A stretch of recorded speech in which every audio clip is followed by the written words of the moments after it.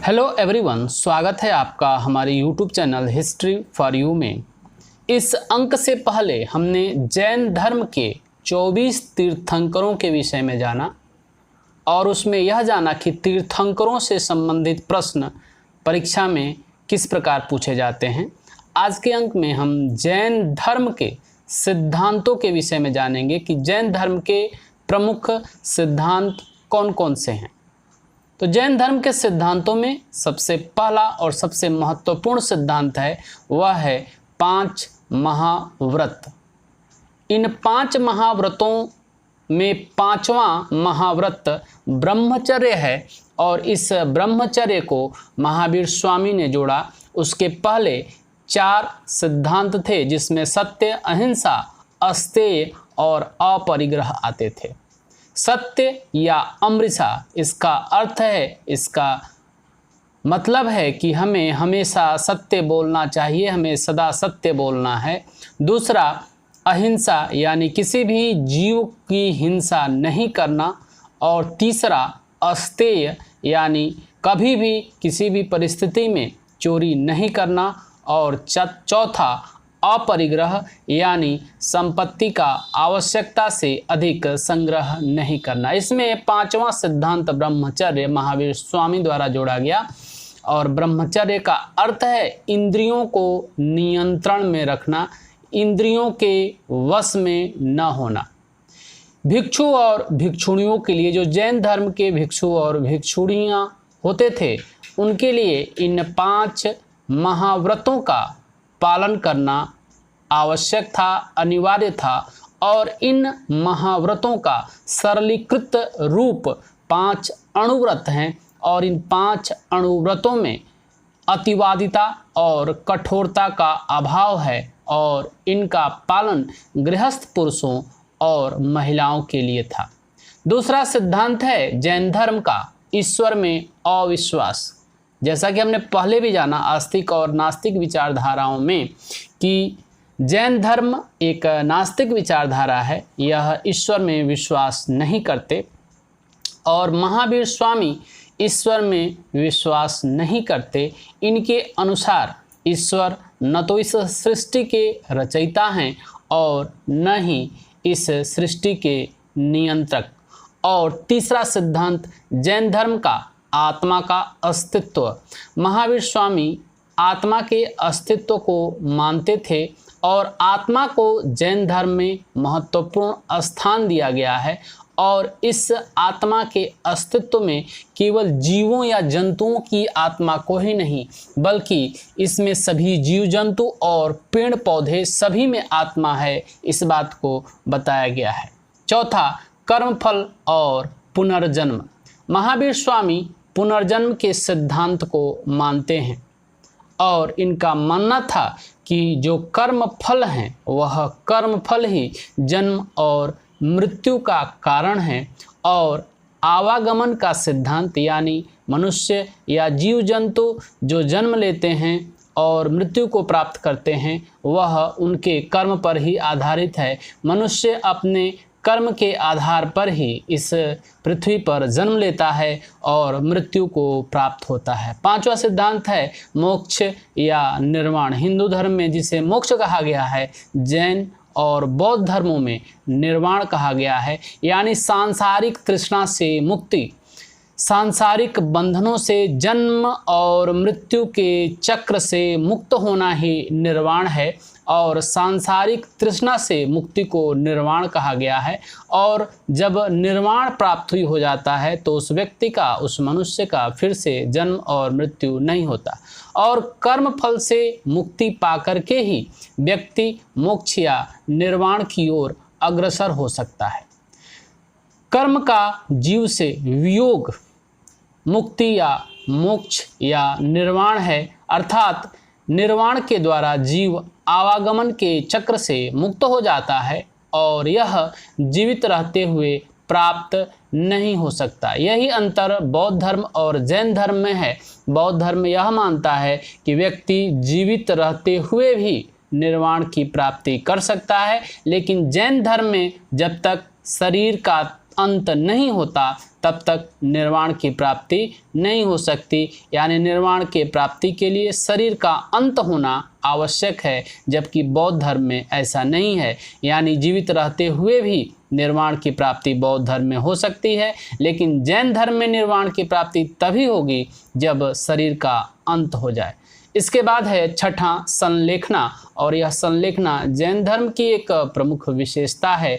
इसमें आत्मा को घेरने वाले भौतिक तत्वों के दमन के लिए शारीरिक कष्ट काया क्लेश आवश्यक है, और जैन धर्म में उपवास यानी काया क्लेश द्वारा अपने शरीर को कष्ट पहुंचाने के द्वारा शरीर के अंत को संलेखना कहा गया है, और इस संलेखना पर विशेष महत्व दिया गया है। यानी काया क्लेश उपवास द्वारा शरीर के त्याग को संलेखना कहा गया है। और सातवां है वह है जैन धर्म के त्रिरत्न।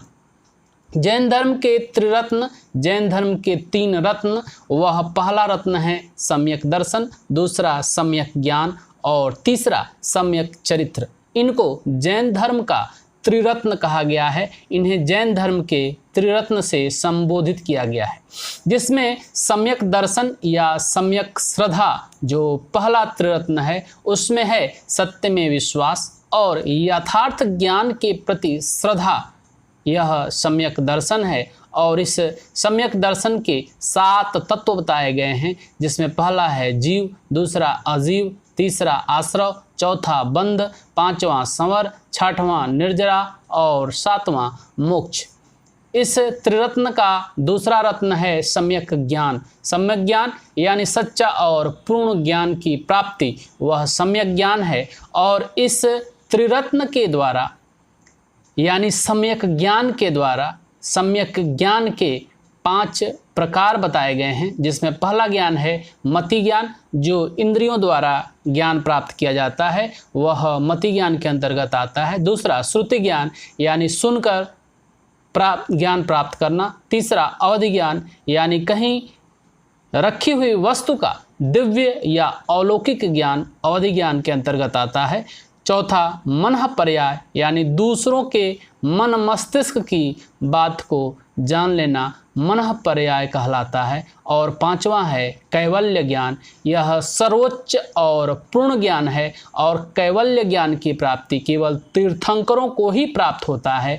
और इसमें जैन धर्म के 24 तीर्थंकर, जो इसके पहले वाले अंक में 24 तीर्थंकरों के बारे में बताया गया है, केवल वही 24 तीर्थंकर हैं जिन्हें इस कैवल्य यानी सर्वोच्च ज्ञान की प्राप्ति संभव हो सकी है। इसी ज्ञान के अंतर्गत जैन धर्म की एक प्रमुख विशेषता स्यादवाद या अनेकांतवाद या सप्तभगनीय सिद्धांत आता है। इसे जैन धर्म की आधारशिला और प्राण भी कहा जाता है। स्यादवाद किसी भी वस्तु को देखने की एक दृष्टि है, और जब तक यह दृष्टि विचार क्षेत्र में रहती है वह अनेकांतवाद है, और वही जब भाषाबद्ध होकर वाणी से निःसृत होती है यानी वाणी से बाहर निकलती है तो वह स्यादवाद हो जाता है। और इस तरह इस कथन के 7 प्रकार हैं, जिन्हें स्यात् शब्द से जोड़ करके देखा गया है। जैसे पहला है स्यात् अस्ति यानी शायद कोई वस्तु है।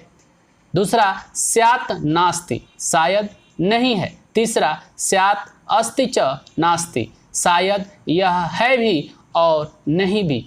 चौथा स्यात् अव्यक्तम यानी शायद वह अव्यक्त है, जिसे व्यक्त नहीं किया जा सकता।